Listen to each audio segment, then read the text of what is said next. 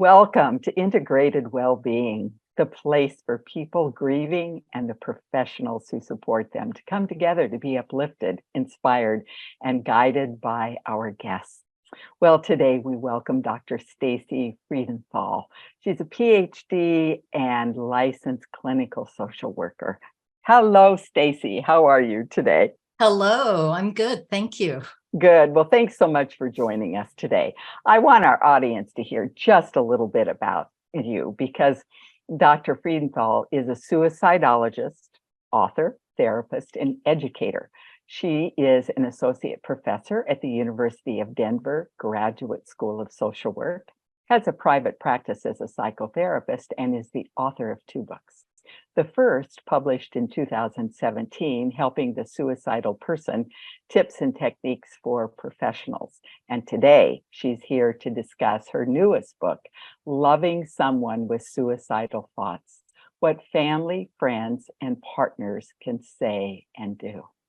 So, Stacey, what is a suicidologist and how did you become one?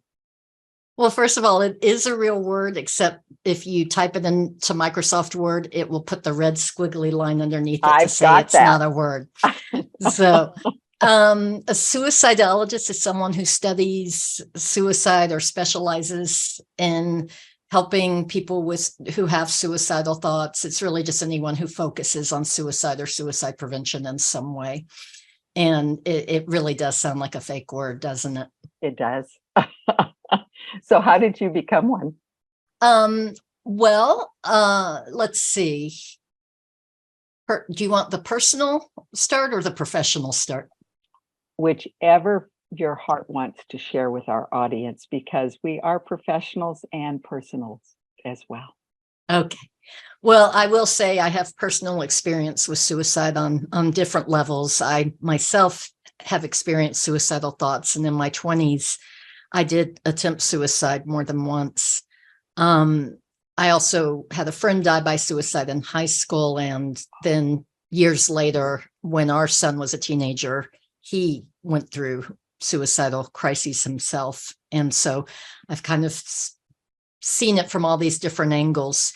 But how that led me to becoming a suicidologist is it gave me a lot of interest in suicide. And I mean, probably initially an unhealthy interest, in my adolescence and early 20s, I did have a very unhealthy interest in suicide.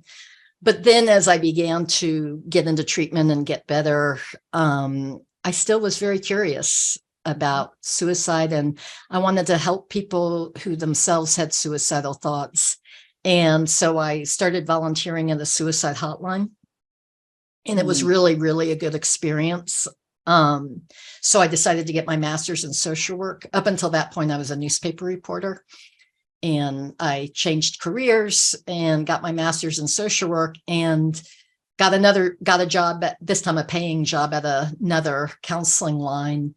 And then, by coincidence or design, maybe unconscious design, every job I took had some crisis aspect to it where I was working with people who had suicidal thoughts. So like my first job out of school, in addition to that counseling line, was at a rape crisis center. And then I started working for the county psychiatric emergency service. And then I got a job at a psychiatric hospital, and everything was, it wasn't uncommon for me on a daily basis to encounter somebody who had suicidal thoughts. And then I got a job as an ER social worker. And that was basically what I did in the ER was evaluated people who had suicidal thoughts and or substance use problems. And the thing that kept sticking with me through all these different jobs was how long people waited to get help. Mm-hmm. And even when my friend in high school had killed himself, I had thought, like, why didn't he tell us? And so I always had this question from very early on: why do people not tell that they have suicidal thoughts, and why don't they get help? And so I decided to go study it. So I went back to school to get my PhD, and my dissertation was on adolescents and mental health service use when they are suicidal. So kind of one big circle. Yes. thank you for listening and for making that circle, because we are the richer for it. Oh, well, thank you. You're welcome. You're welcome. Well, what was your intention for writing this book? Let's see. Some of my intentions solidified in the writing of it. I have a website, speaking of suicide.com, and that website it's intended for people who are affected at all the different ways. There's a section for people who have suicidal thoughts, for people who have attempted suicide, for people who have lost a loved one to suicide, family and friends. And the family and friends, I get a lot of emails. In fact, the most popular posts on the site are 10 things not to say to a suicidal person, 10 things to say to a suicidal person. So these are people who are hungering to know what to say and what to do.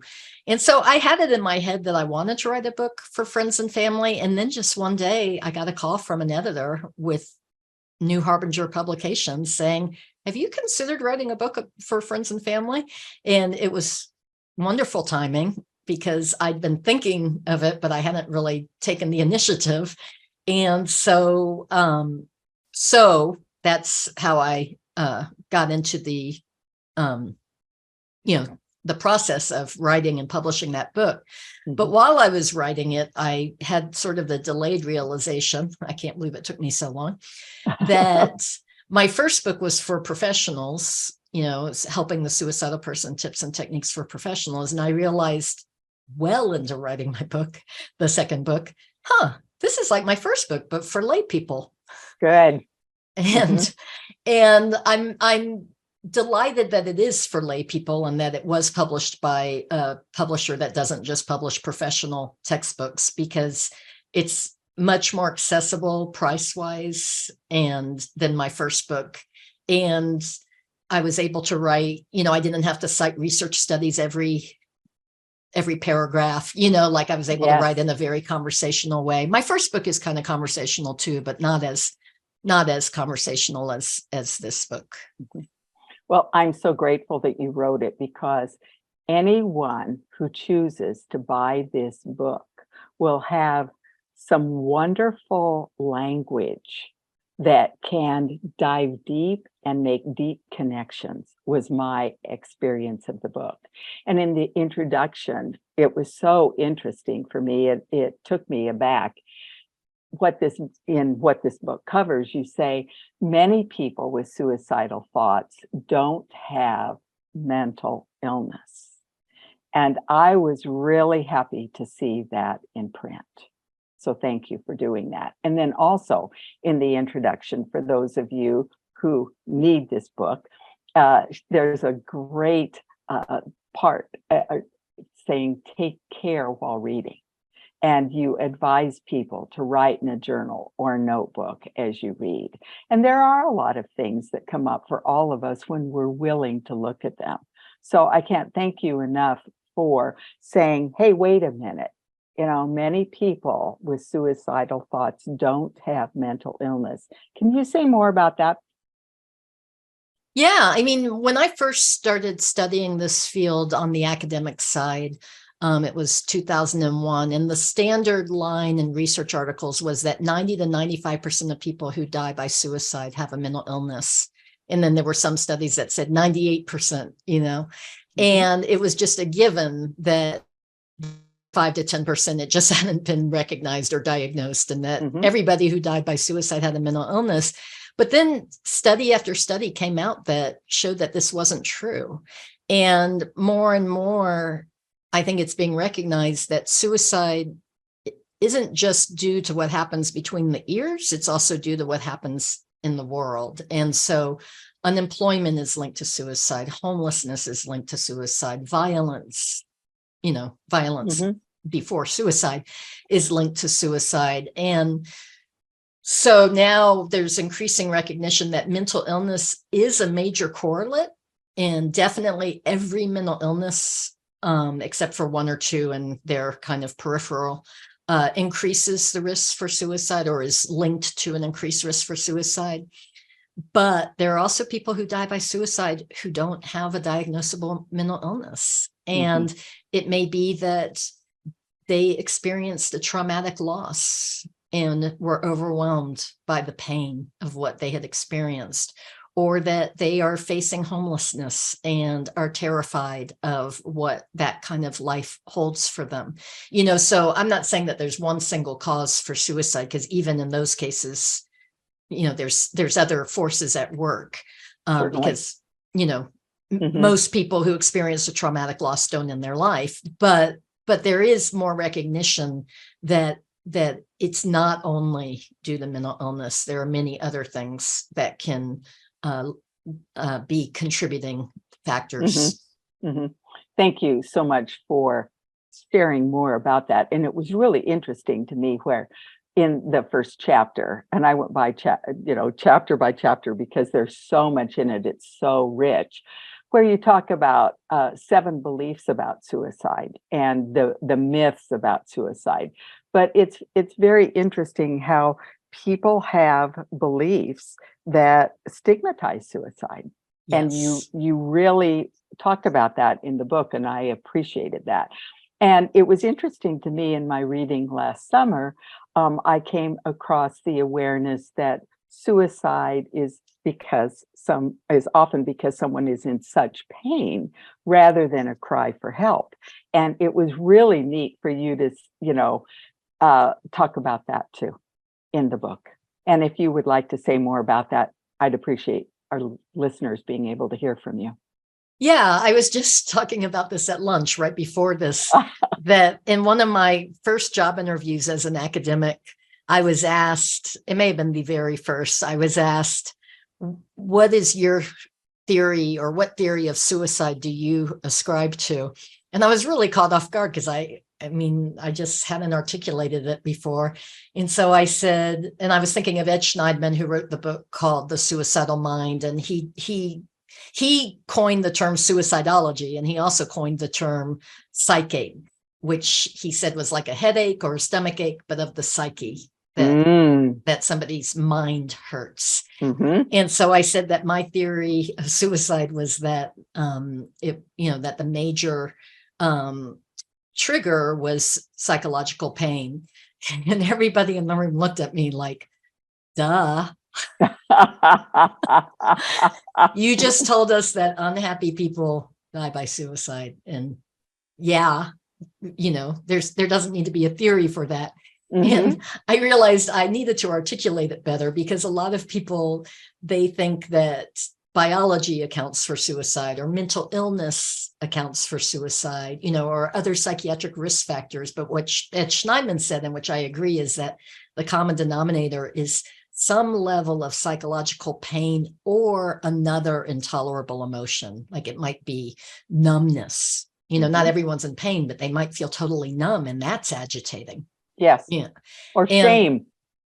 Shame. Shame is, as a clinician, I'm surprised by how consistent shame and self-hatred show up when people are talking about suicidal thoughts. So did you ask me, I'm sorry, Georgena, No, were you asking me what my theory was? No, I was just saying to you, that it's for some people, they say suicide is a cry for help. And then, so that's where you were saying more about that. Yeah. Just that it's, that people are hurting usually, or again, feeling something else that's not bearable in some way.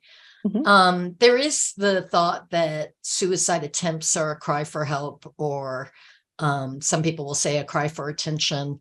And that's one of the things that I think in the book I address as a myth. You do. It's so funny. I barely, when I'm in these interviews, I'm not able to remember everything that's in the book versus what I've said. But some people will say that as a way to discount or dismiss. Yes. And they'll say, oh, they just want attention. And there are various responses to that. One is that there are much healthier ways to try to get attention. So if somebody is endangering their life as a way to get attention, then they still need help. That's right. And that both can be true. I mean, like if somebody's drowning, they're calling out for help, for attention, right? But Yes. they also can't swim. That's right. Hello, I need you now. Yeah, there's Right. something under this. Let's take a look at what's going on. And that's what I'm hearing you say. Absolutely. Yeah. So I loved what you did in chapter 2. It's entitled Your Loved One's Suicidology and You. And you list 13 painful feelings that a person who loves someone who's experiencing suicidal thoughts might have, and listed all of those out. And the final one that you talked about was depression. And I really, really liked what you said. Depression isn't just a bad mood. It's a physical condition that affects thoughts, emotions, and physical functions. Will you tell us more about that, please? Yeah, definitely. So I think a lot of people, they'll use the word depressed casually, like, oh, I feel depressed today, or oh, that's so depressing. And that's okay. We know what people mean when they say that, but depression is much more than feeling sad or bad. Depression can be having a change in appetite, either eating a lot more than usual or eating a lot less than usual. It can be sleeping a lot more than usual or sleeping a lot less, or both, like having insomnia during the night, but then during the day, sleeping at unusual hours. Depression can be losing interest in things that give pleasure, including things like sex, including things with physical sensations. It can mean not having as much energy as usual. It can mean appearing slow to other people, not having motivation. Those are all things that aren't really attached to mood. I mean, there's definitely, depression does also include things like sadness, feelings of guilt, feelings of low self-worth, kind of a negative filter through which one sees the world, like everything is bad, nothing's going to get better. And that's the mind, people will say depression lies, that's the mind telling the person this. And most people, they believe what they think. It doesn't occur to them to step back and say, well, wait a minute, my mind is lying to me. Exactly. In my training, Stacey, we always learn the body tells the truth, but the mind lies. Ooh, I like that. I like that. Something I've liked a lot is don't believe everything you think. I like that too, and I haven't heard that. So audience, there's a gem for you. Don't believe everything you think. And that's another thing I appreciated about your book, is there are so many strategies in there for those of us who have a critical mind. Yeah. And I'm sure I'm in the, there's not very many of us, but everybody listening to this has some sort of critical mind, no doubt. So that's what I really, really appreciated that too.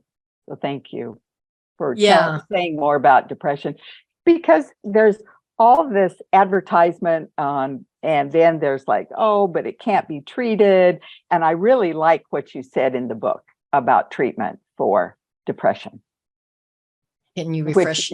Sure. Well, and it was wonderful because it was hopeful. It was saying having psychotherapy and a physician that can really listen to you, that there can be the combination that can be a good treatment for people. It's not hopeless.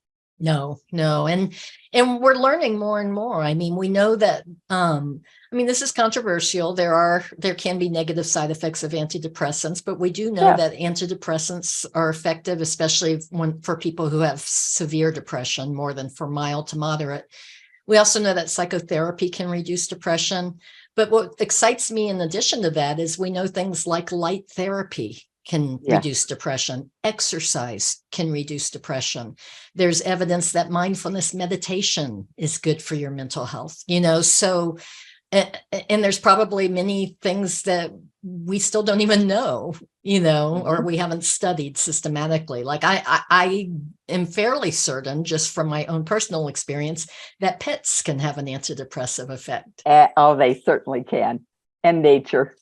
Yes. Yes. There we have it. I always talk about nature as a way to shift the energy and get you out of your mind and start looking at what's around you. Definitely. I really like that.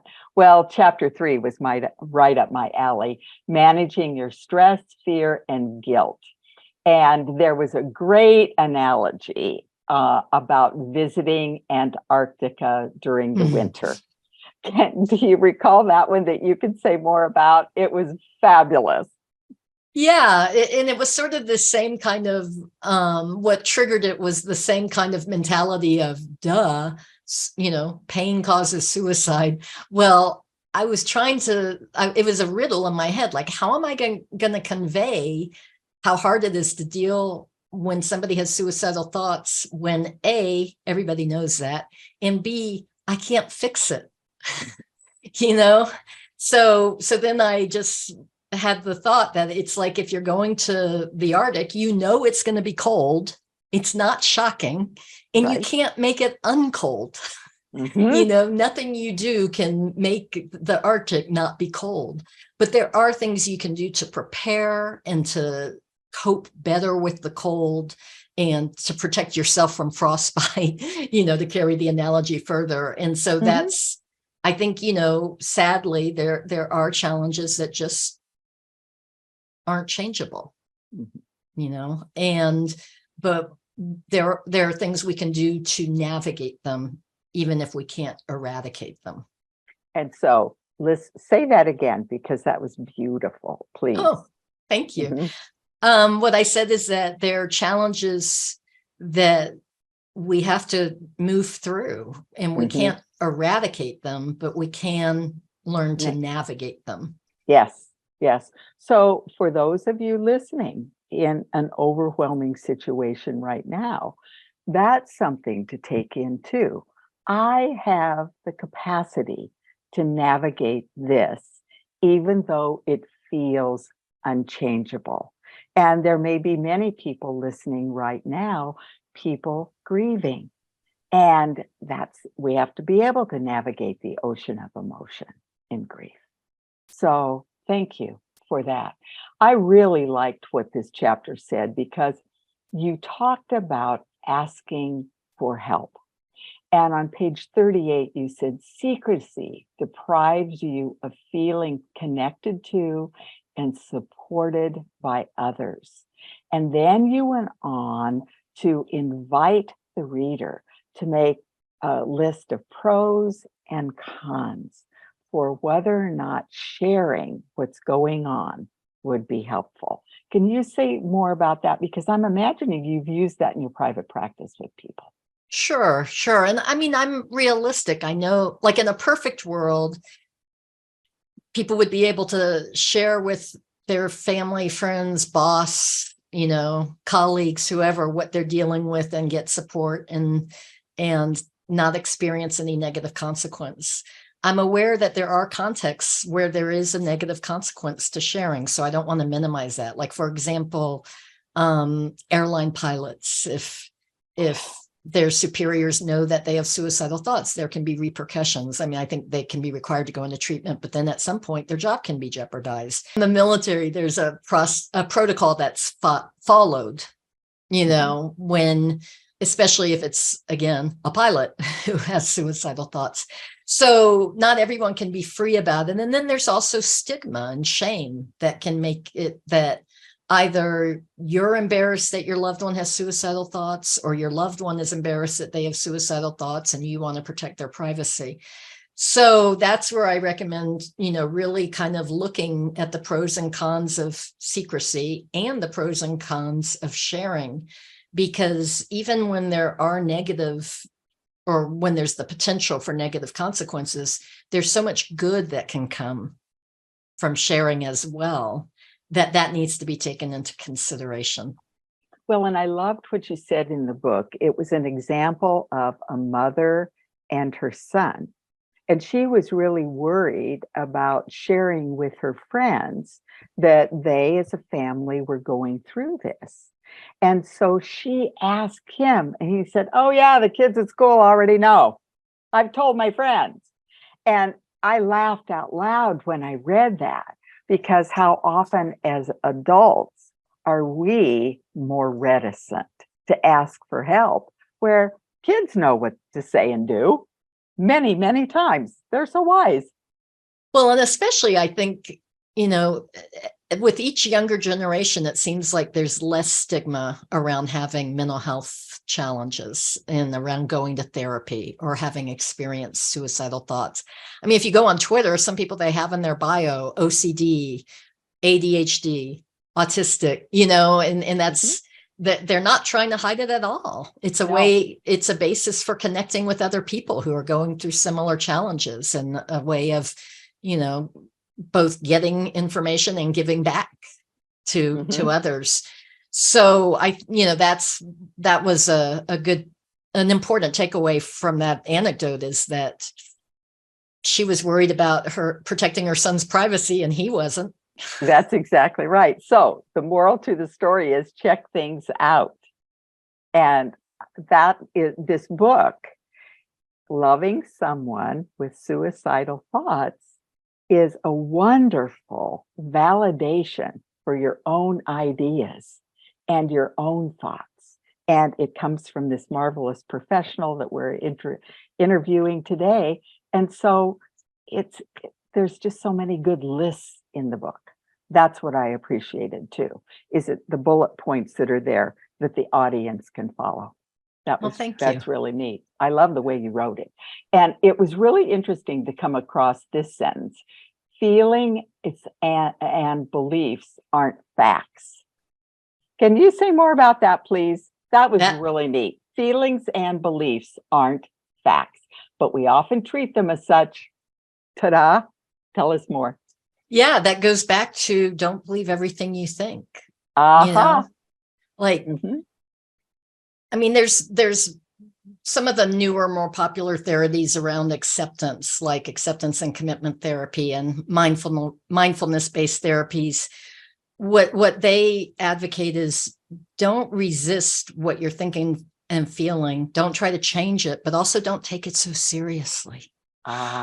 Don't give it so much power. Like you could regard your self-talk as a radio station playing in the background. You don't have to do what your mind says. You don't have to believe everything it tells you. And I think the average person just doesn't approach their thoughts and feelings that way. If they have the thought things are hopeless, then that means things are hopeless. If they have the thought, nobody will ever want to be with me, then they cry. Yes. Because it's so sad that they think nobody will ever want to be with me. And it can require a certain level of discipline, to be honest, to be able to step back and to say to yourself, is that a belief or is that a fact? It's a belief that things will never get better. It doesn't mean it's true, and I can't know. I mean, I'm afraid they won't get better, but I can't know that they won't get better. And one of the things that I ask clients to do, and it's been surprisingly powerful, it's a very, very simple thing, is to add the words, I am having the thought that. So like the person who has the thought that nobody will ever love me, I'll be alone the rest of my life. I ask them to repeat it. And then they, with those other words, and they say, I am having the thought that nobody will ever love me. I am having the thought that I'll be alone the rest of my life. And it feels different. It does feel different. And I bet you notice something change in their face or their body, their shoulders go down. And it's like, Really do. And, a lot of clients, they may be a little resistant, or they feel misunderstood, and they may push back when you try to tell them about something that might help them look at things differently or feel differently. But unilaterally, every person I've done that with as a client has said, oh my God, that does feel different. Like, there's been no pushback. Yes. And that's the thing. When we look at the environment, the energy, the seriousness, and the fear that comes up when you're in that household loving someone with suicidal thoughts, everything feels so intense. And so what we're looking at right here is giving people psychological air. It's like the dolphin coming up. And that simple, what you just said is so amazing. Yeah, that's a great analogy. The dolphin coming up for air and then going back down. Exactly. Yeah. And so for all of us to take away today to the awareness that we're more powerful than we think, and not to take ourselves so seriously. Of course, there's things that have to be dealt with in a situation like this.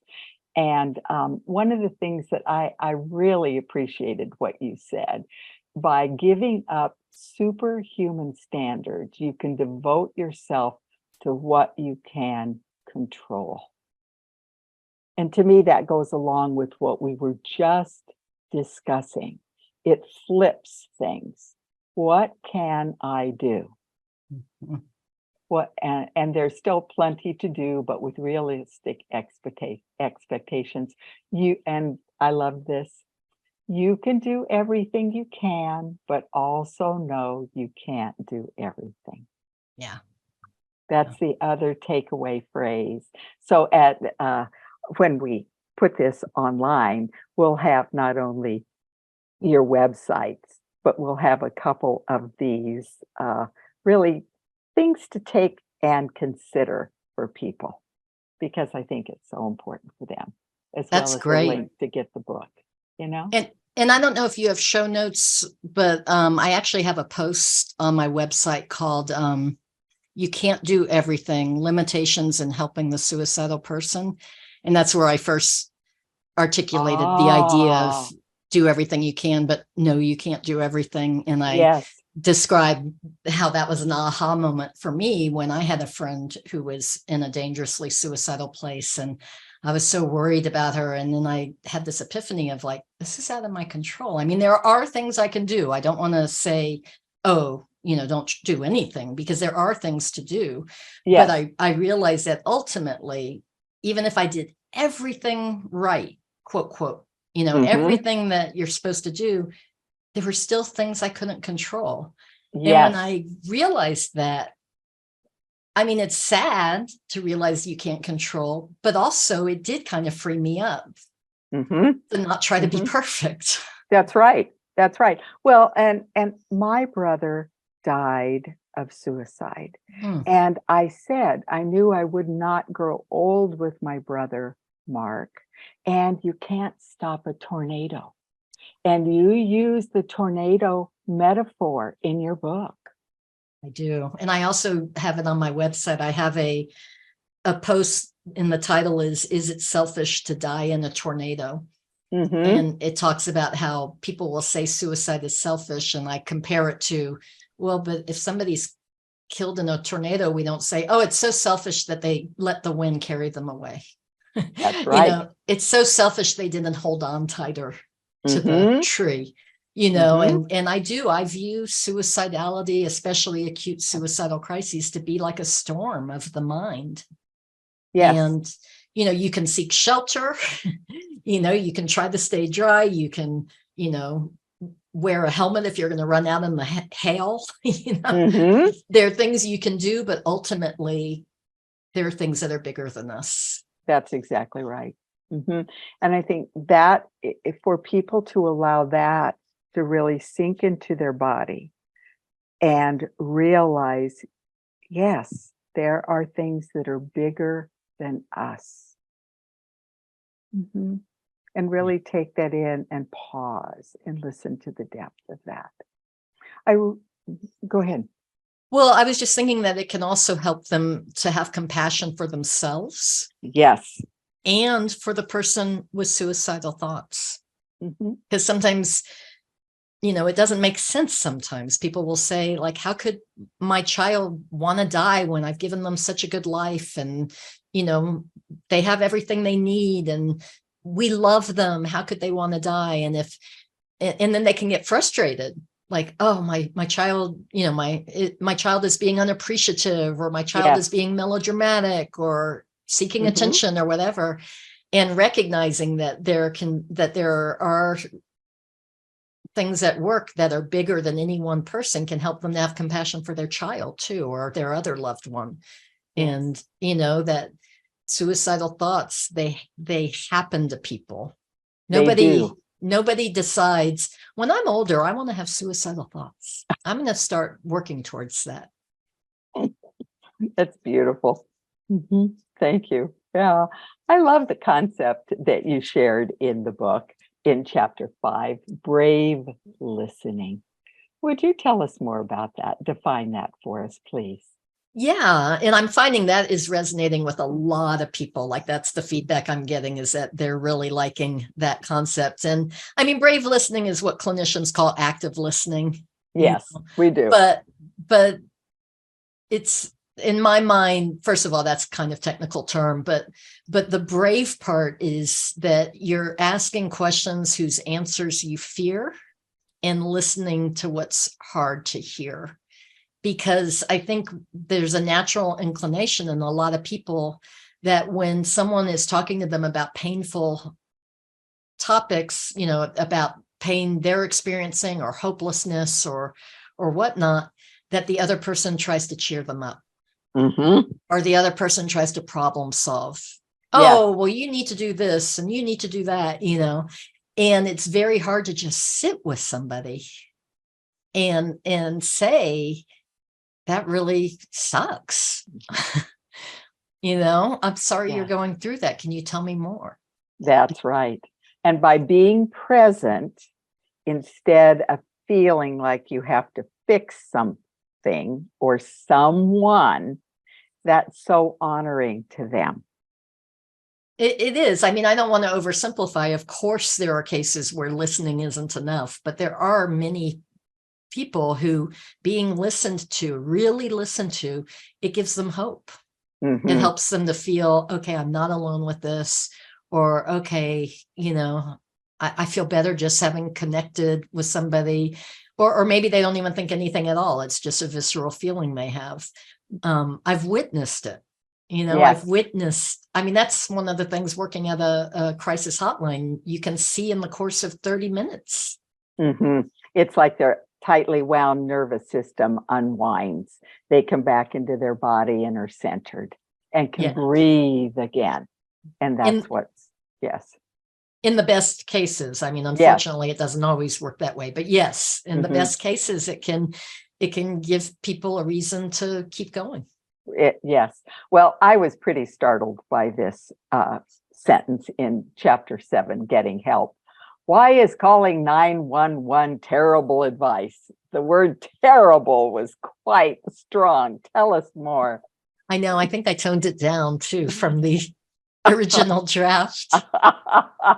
Well, I just get so frustrated because if you enter online, I am suicidal, or somebody I care about has suicidal thoughts. So many sites come up, call 911, call 911, call 911, when really talk to the person. Be a brave listener. Yes. And there are cases where you'll need to call 911. I don't mean that it's terrible advice all the time, but it's terrible advice to just give everybody, because there are so many cases where it's not necessary to involve the police. Yes, absolutely. And chapter 7, when you talked about building safety, you can't make the world 100% safe, but you can try at least to make it safer during a loved one's suicidal crisis. Well, tell us more about how we can make things safer, please. Absolutely. I mean, the very first biggest piece of advice is, if you are in a family where somebody has suicidal thoughts, secure the firearms if you can. And I don't say this as, pro-gun, anti-gun, anything like that. I just am saying it as a scientific fact that if there is a firearm in the house, somebody's chance of dying by suicide is higher than if there's not. And it's just such a volatile situation. And even for people who don't have suicidal thoughts, if they experience something very painful or they're very impulsive, they are in greater danger of dying by suicide just by virtue of having a firearm. So if you're able to secure firearms or make them harder to access or even to slow down, so if somebody, say it's your elderly father and he says, I'm not giving up my guns, maybe he's a veteran and he says, no, I fought for this, then, so then can we talk about what are things that you could do that could make it, that it would slow you down if you were having suicidal thoughts and you thought of going to the gun? Like, can you, the obvious thing is, can you lock it in a safe? Yes.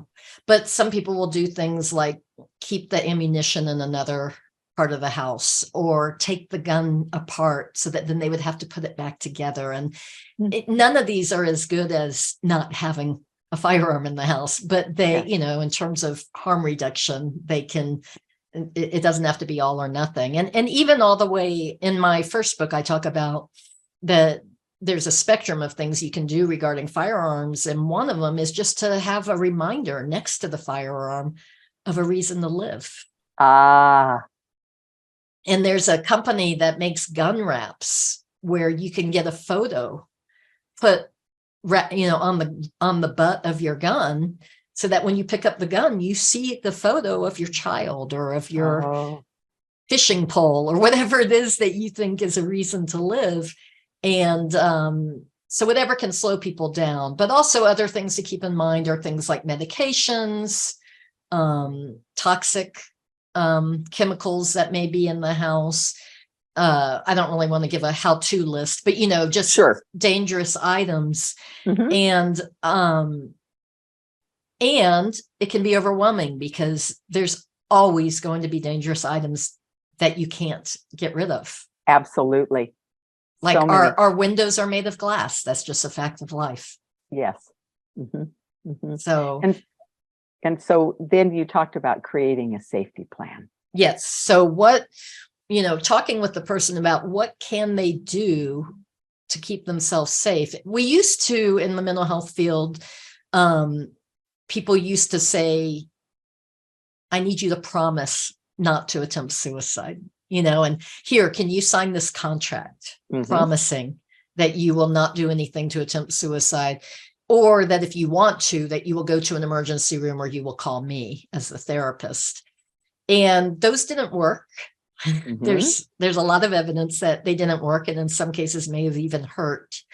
But part of why they don't work is obviously that people may say one thing and do another, but another part is it didn't really tell people what to do instead. Yes.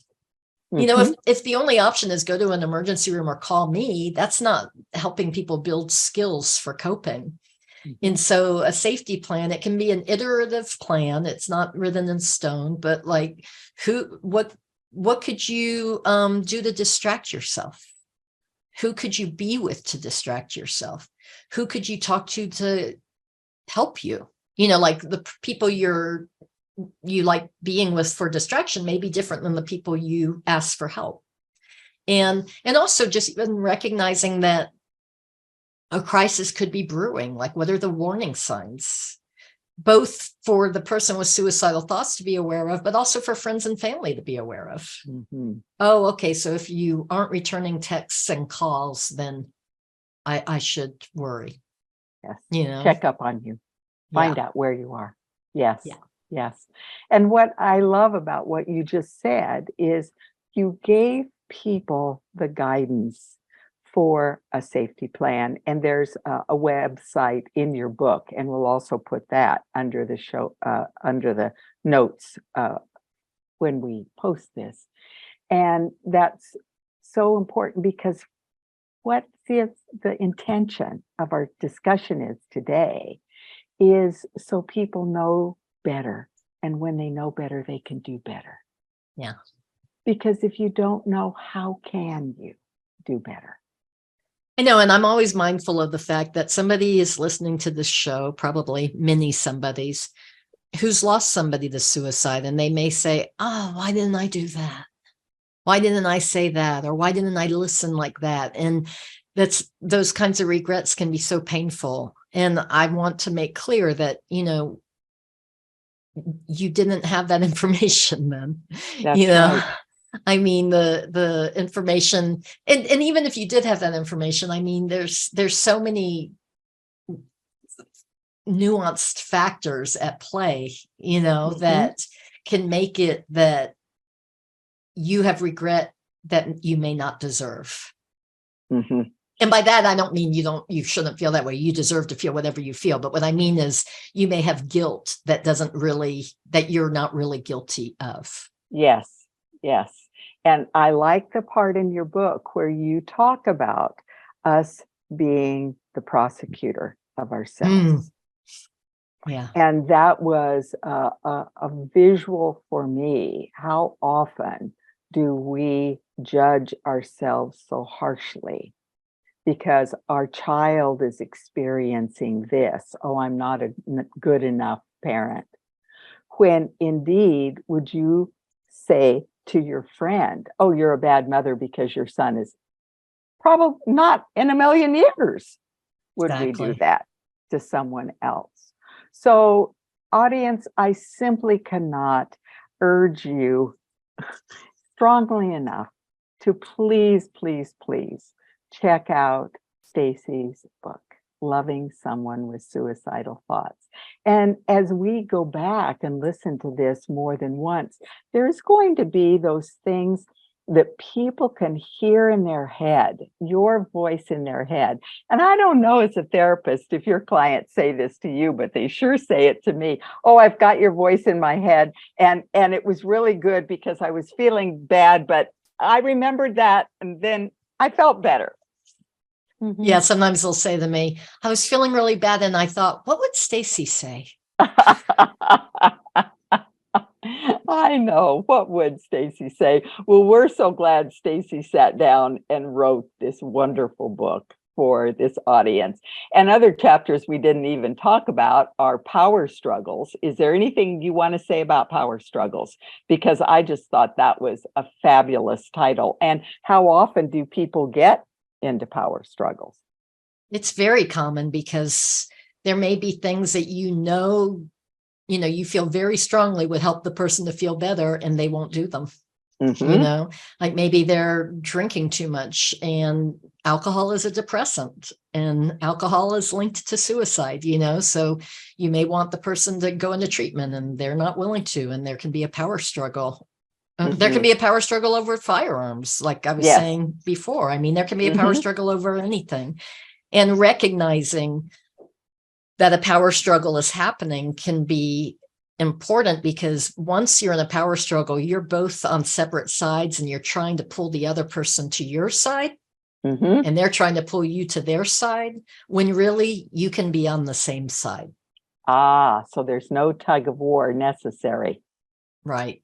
I mean, it's hard. It doesn't come naturally or automatically, but if you can try to work at reminding yourself that this is a problem that you're both facing and they're not doing this to you. We're they're not together. Yeah, they're not intentionally harming you by thinking of suicide. This is happening to them too, and that can help maintain a stance of compassion and step away from a power struggle. Well, as our time together comes to a close today, is there anything else you'd like to share with our audience? This has been an incredibly thorough conversation, so I don't know that there is. Well, I want to thank you once again, because writing a book is a labor of love.